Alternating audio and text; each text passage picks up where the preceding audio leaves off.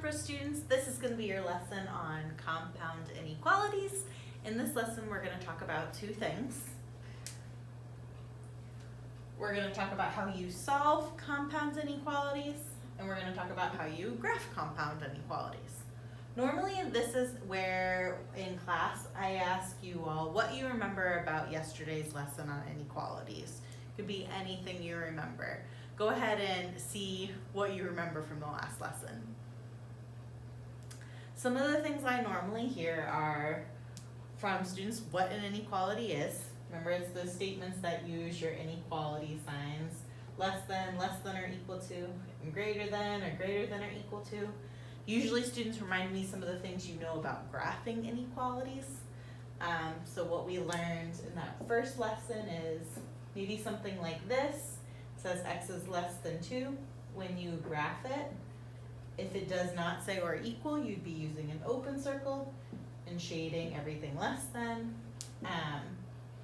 Or something like this maybe. You'd be going to 3, and since it does have or equal to, using a closed circle, and then a greater than sign would be shading everything greater than 3. Usually that's kind of some of the stuff I hear when it comes to graphing.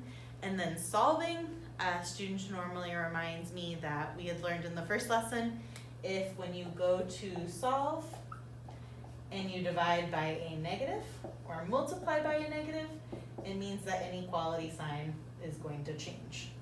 So that is like a quick 30-second summary of everything we learned in the first lesson. First of all, if you haven't seen the first lesson on solving and graphing inequalities, make sure you watch that first before this one.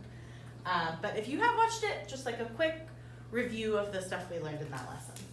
I wanted to make sure we review what you know about inequalities because we're going to be building on that understanding today when we talk about how you solve and graph compound inequalities. When it comes to compound and what that word means, have you heard of a compound inequality before? Lots of times students tell me no, but there's some students who know compound words in English. Just like compound words are putting two words together to make one word, compound inequalities are similar. Our definition for a compound inequality is going to be two inequalities. And those two inequalities are connected with the words and or the word or. So it says and or, I know. Before we get into math examples of what a compound inequality is, I have a real world example we'll start with. And that real world example is prices at a buffet. I'm very proud of this example. So I've got this picture here I found that's got all you care to eat buffet, and it's got the prices for different people. So it says adults pay $8.99, it says seniors who are age 60 and older pay $7.99, and it says kids who are ages 12 and younger also pay $7.99. So from this, we can see there's two different prices you pay. The first question I'm going to ask is how old you have to be to pay $7.99. Well, I'm going to put it down on this number line here. To pay $7.99, you got two options. You're either going to be 60 and up, so that would be starting here at 60. We want to include 60, right? If you're 60 years old, you pay this. So to include 60, I'll put a little closed circle. So 60 and up. So 60 and all of these ages in this direction, you would pay $7.99. Now I asked, what age could you be to pay $7.99? This is one option, or there's another option here. You could be a kid, right? Kids pay the same amount as seniors. So if you're a kid, it's telling us kids are ages 12 and younger, so I would want to include 12 and then anything younger. Now when we were doing these graphs yesterday, I always was drawing this arrow, right, to show it goes forever and ever. I'm actually not going to draw an arrow here. Do you know why? Well, if I draw an arrow, this number line is for ages, that would be showing negative ages. So instead, I'm just going to stop it right here at 0. I don't want to keep going forever in the negatives. But the point I'm really trying to make here is we've got two different groups. we've got two different inequalities. We've got 60 and up, or you could be 12 and younger. That is one example of one example of a compound inequality. 12 and younger, or 60 and older. And I'm emphasizing I'm using that word "or" to describe this. Now I've got one other number line here because there's a different price you could pay. You could pay $8.99. This one is sometimes a little harder for students to see because it doesn't give us the info like these other two did. How old could you be if you're paying $8.99? Well, it's all the ages we didn't include before. You're not a kid, so you've got to be older than 12, but you're not a senior, so you have to be younger than 60. Another way of saying that, instead of saying older than 12 and younger than 60, is we can just say you're between 12 and 60. Or rather, I guess, not 12, so 13. 13. So you're 13 years old to 59 years old. Once you turn 60, then you're paying $7.99. This right here is another example of a compound inequality. It looks different because it's got a starting point and a stopping point, unlike these here that have the arrow and go on forever. This one's saying you are older than 12 and you are less than 60. So these are the two examples of the compound inequalities we're going to look at today. Or inequalities look something like this. You're saying this group or this group. And the second example, the second type of compound inequality is going to look like this, where you're saying you are older than this and you're less than this. Or and. Now the difference with the rest of our problems is, unfortunately, we're not going to be talking about buffets. Instead, we're going to have algebra. So instead of like adults, seniors, kids, there's going to be variables, inequality signs, but the idea is going to be the same as this. So let's get started looking at the algebra problems. So the first part of this lesson is going to be on graphing these compound inequalities. And we're going to start with the or one. When you graph an or inequality, remember the example we just looked at was saying you are a kid or you're a senior. So it ended up looking like you graphing two inequalities on the same number line. For our buffet one, we had the you're a kid or you're a senior. So it looks something like that. So keeping that in mind, we've got this first example here. The directions say graph each compound or inequality on the number line below. If I wanted to graph number one is saying x is a number that's less than 2 or x is greater than or equal to 6. All we have to do is, using everything we learned in that first lesson, graph both of these on the same number line. So I could go ahead and say, well, x is less than 2. I know from yesterday that I want to go to the number 2. And since it's just a less than sign, I'm using that open circle. And then I want to show all the numbers that are less than 2. So that would be all the numbers in that direction. Also using what we learned yesterday, x is greater than or equal to 6. So I could go to 6. I'm using a closed circle to show that x can equal 6. It's got that or equal to part. And then x is greater than or equal to 6. So I want to shade all the stuff greater than. That would be our graph. It looks similar to that one we did with the buffet. Now there is a follow-up question. The question asks, could x equal 4 be a solution? What do you think? Could x be 4? Well, there's two ways you can do this. You can think about it using this inequality that was given to us. So is 4 less than 2? No. Is 4 greater than or equal to 6? No. Or you could use this handy graph we made. Remember, you made this graph on the number line to show all the numbers x can be. So if I want to see, could x be 4, all you got to do is find 4 on the number line. If it's not shaded, it means it can't be 4. So to answer this question, you could say no. You know, I always like asking you guys why. So if you could see this question in the future, but I might tack on like a why or why not. Well, your reasoning could be based on the compound inequality. 4 isn't less than 2 or greater than or equal to 6. Or you could say, well, 4 isn't shaded and my number line's showing all the numbers x could be. Either would be good. This was my example. This one here is for you. It says x is less than or equal to negative 6, or 0 is less than or equal to x. Same idea, the graph, and then answering is x equals 3 a solution. All right, the part that trips people up sometimes when we do this in class is specifically this one right here. One of the things we learned in yesterday's lesson is it helps a lot of students to have that variable come first in the problem. Some students read this and see 0 is less than or equal to x, so they think 0 less than or equal to x. If you flip it around, it's a lot easier to see that this says x is greater than or equal to 0. So you would want a closed circle on 0 and then shading everything greater. So that's this one. The other one, x is less than or equal to negative 6, would be a closed circle at negative 6 and then less. What about is x equals 3 a solution? Well, it's shaded, so we could say yes, 3 is an option for a number x could be. So these are the examples for graphing compound inequalities.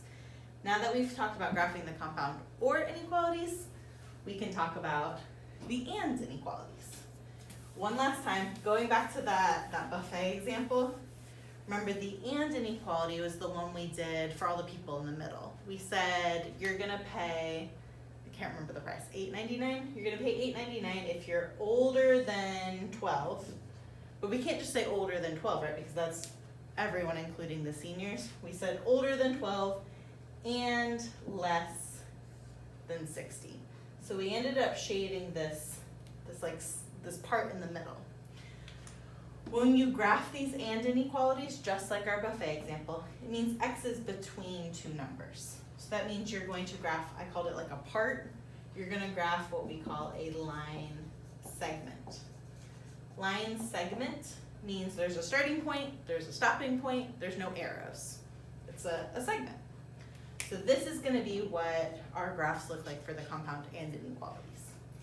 Now, something different about the compound and inequalities is when you read it, you use that word and, but when you've written them, they don't actually have the word and. Instead, they look something like this. If I break this up into like two parts, it's saying x is less than 2. So pause, think about what that means. It means x is less than 2, it's all of these numbers less than 2. And x, you've got to read it like backwards. X is greater than negative 3. Another way to say this is x is greater than negative 3. So we've got x is less than 2 and x is greater than negative 3. Just like we had talked about in that previous slide, it ends up being a chunk of numbers between those. I honestly think the easiest way to read this in your head when you see a problem like this is see how x is physically in the middle. Same idea. This is saying x is between negative 3 and 2. This is what I'm reading in my head when I see this anyway. X is between these two numbers. So if you know x is between those two numbers, it makes doing the graph really easy. We just come over here and we're gonna shade between those two numbers. Now you wanna be careful still with your circles. This would be an open circle at negative 3, and then another open circle at 2, and then we said we're gonna shade everything in between. Once we've got the graph, just like before, it makes it easier to answer these questions. Could x equal 3? Well, is 3 between negative 3 and 2? Is 3 shaded on our number line? If nope, then x can't be 3. Hopefully that example helps. You try the second one here. So for number 2, your inequality is here. Same idea as mine. We've got a graph we're gonna do, and then answering the question, is y equals negative 1 a solution? Go ahead and try that. All right. When you go to graph this, using kind of the same format we used earlier, this is saying y is between negative 5 and 0. So on our graph, we want it to go to -5. We're using, whoops. Let's try that again. We're using, there we go, an open circle at -5. You're gonna go to your 0 and you're using a closed circle at 0. And then you're shading everything between -5 and 0. So once we've got the graph, is y equals -1 a solution? It's just a fancy way of saying, can y be -1? Why, yes. Yes, it can. So we would just say yes. And again, if I asked you why or justify your answer, you could say that -1 is between -5 and 0. You could say -1 is shaded on our number line. Our number line shows all the numbers y can be. Both of those would be options. This is the last example on how you graph these compound inequalities. The second part to this lesson is going to be on solving compound inequalities. Notice all of the inequalities we were looking at, y was by itself, but that's not always, I said y. Y variables, whatever, are by themselves. That is not always going to be the case though. So the second part, I could give you inequalities that look like this, and we would have to solve them before we're able to graph them. Now I know we haven't done a problem like this yet, but it's very similar to what you learned yesterday in the solving and graphing inequalities notes. So just go ahead and try for me. Try and see what this would look like if you solved it. Just if you solved it. All right, how'd you do? Well, it's gonna be similar to what you were doing yesterday. It's just kind of like you're doing two problems in one. If we want to solve this inequality, I'm gonna come in, add 1 on both sides since it's our constant. That gives us 3b is less than -6. I can then divide both sides by 3, and it leaves me with b is less than -2. On my number line, you could go ahead and graph it now or graph it after you've done this one. But on our number line, b is less than -2. It's saying open circle at -2, and then shading everything less than -2.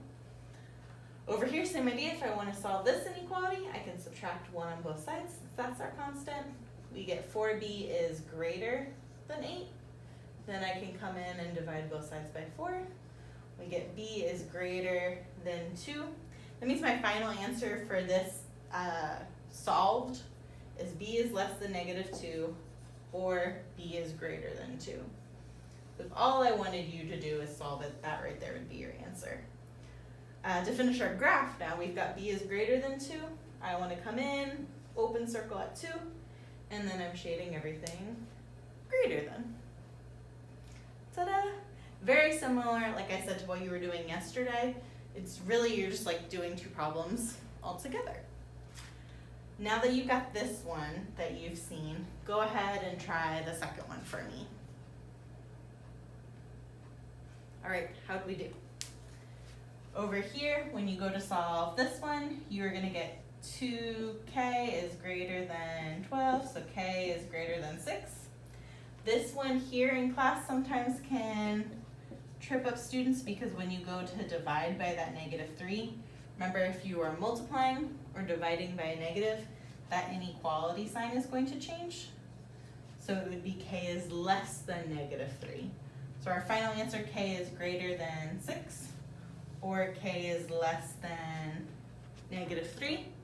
What would that graph look like? Well, k is greater than 6 would be open circle at 6. Greater than is this direction. K is less than -3 is an open circle at -3. And then less than will be this direction. So that would be our final graph. So this is graphing or inequalities. It should be very similar to what you already know, because you guys already know how to solve equations, you already know how to solve inequalities. It's the same idea, you're just doing a lot more in a single problem. There is one last part to this lesson, and that last part is how you solve the and inequalities. We've talked about how you graph or inequalities, how you graph and inequalities. We just did how you solve the or inequalities. So the last part is how you solve inequalities that look like this. Now the first thing I notice is this is different than the last one because we've got a single inequality all written together with two inequality signs in it. Now, normally when you go to solve an inequality, there's only one inequality sign, right? So normally it looks more like that. And what a lot of people do is they like drawing that line, right? They go to the line and they say, okay, I'm gonna draw that. You find your variable and you say, okay, to get j by itself, I wanna get rid of that plus 2. We know at this point to get rid of plus 2, you're doing the opposite, the inverse, and you're saying instead of plus 2, I would wanna subtract 2. And then we've also learned whatever you do on one side, you do on the other, so we do that minus 2 there. Now this whole time I've been hiding part of the problem. This isn't the problem we're doing, it's this. So the difference is, with the compound inequality, we've got 2 inequality signs. That means when you go to draw your line at your first inequality sign, there's another inequality sign. So I'm gonna draw a second line here. And when you go to do that minus 2, remember how we usually say you do it on both sides? Well, here there's 1, 2, 3 sides to the problem. So when you go to solve for j, we've got minus 2 here, and minus 2 here.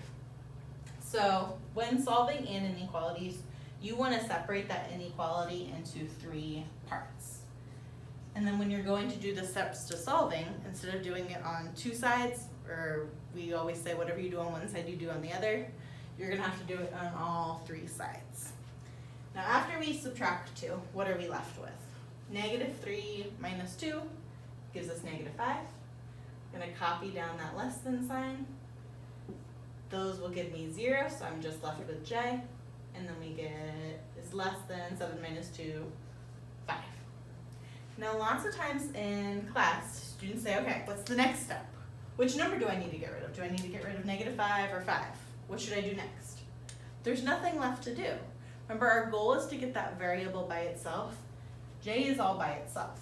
Students want to usually, shouldn't say usually, students want to sometimes try to get rid of one of these numbers, but this right here is our solution. Remember, it's a compound inequality. This is saying J is between negative 5 and 5. We can't get rid of one of these numbers there. So we've done it, we've solved it. Our inequality is J is between negative 5 and 5. When I go to graph it on our number line, I'm going to do an open circle at negative 5. I'm going to do another open circle at 5. And then if J is between them, I'm shading everything between negative 5 and 5. So that would be our graph. Now that you've seen this example, there's one last problem to look at. We are going to solve and graph this compound inequality. I know I gave you the one that looks a little more fun. There's a little more to do there, but remember, it's the same as what you were doing yesterday. All the steps you learned yesterday with solving inequalities, you're using for this one too. Go ahead and try to solve this compound inequality. Okay, how'd you do? This one's got 2 steps. If I want to solve for n, there's 2 numbers with n, the negative 3 and the negative 4. Just like we normally do, you want to start with that constant. So I want to start by adding 4 on all 3 sides. After you do that, the negative 4 plus 4 gives you 0, so you're left with negative 3n in the center. Over here you get 6, and then over here you get 18. Now our last step, if I want n all by itself, I need to divide by negative 3. So I'm going to come in and say, let's divide everything by negative 3. When we do that, those are going to cancel, which leaves n all by itself, which is what we want. Over here, 6 divided by negative 3 is negative 2, and 18 divided by negative 3 is negative 6. Now what signs did you put between them? Well, we divided by negative 3, so those inequality signs need to flip. I need to change this one to greater than, and I need to change this one to greater than or equal to. This right here would be our final answer. We've got n is between negative 2 and negative 6. When I go to graph it, what would that graph look like? Well, I want to do an open circle at negative 2. I need a closed circle at negative 6. And then n is between those numbers, so I'm just shading everything between. I do want to mention when we talk about shading everything between, it's real easy to look and say, okay, well, n can be negative 6 since it's a closed circle, and n can be negative 5, negative 4, negative 3. Don't forget there's decimals between those two. So another number n could be is like -3.5. So even though this is not like a long stretch of space, there are tons and tons and tons of numbers right here, right? There's these numbers, but there's also all those decimals and fractions in between those numbers as well. So n can still be a lot of things. Thank you so much for watching this video. Hopefully you feel more confident about compound inequalities. Please reach out to us if you've got any questions. Thanks, bye.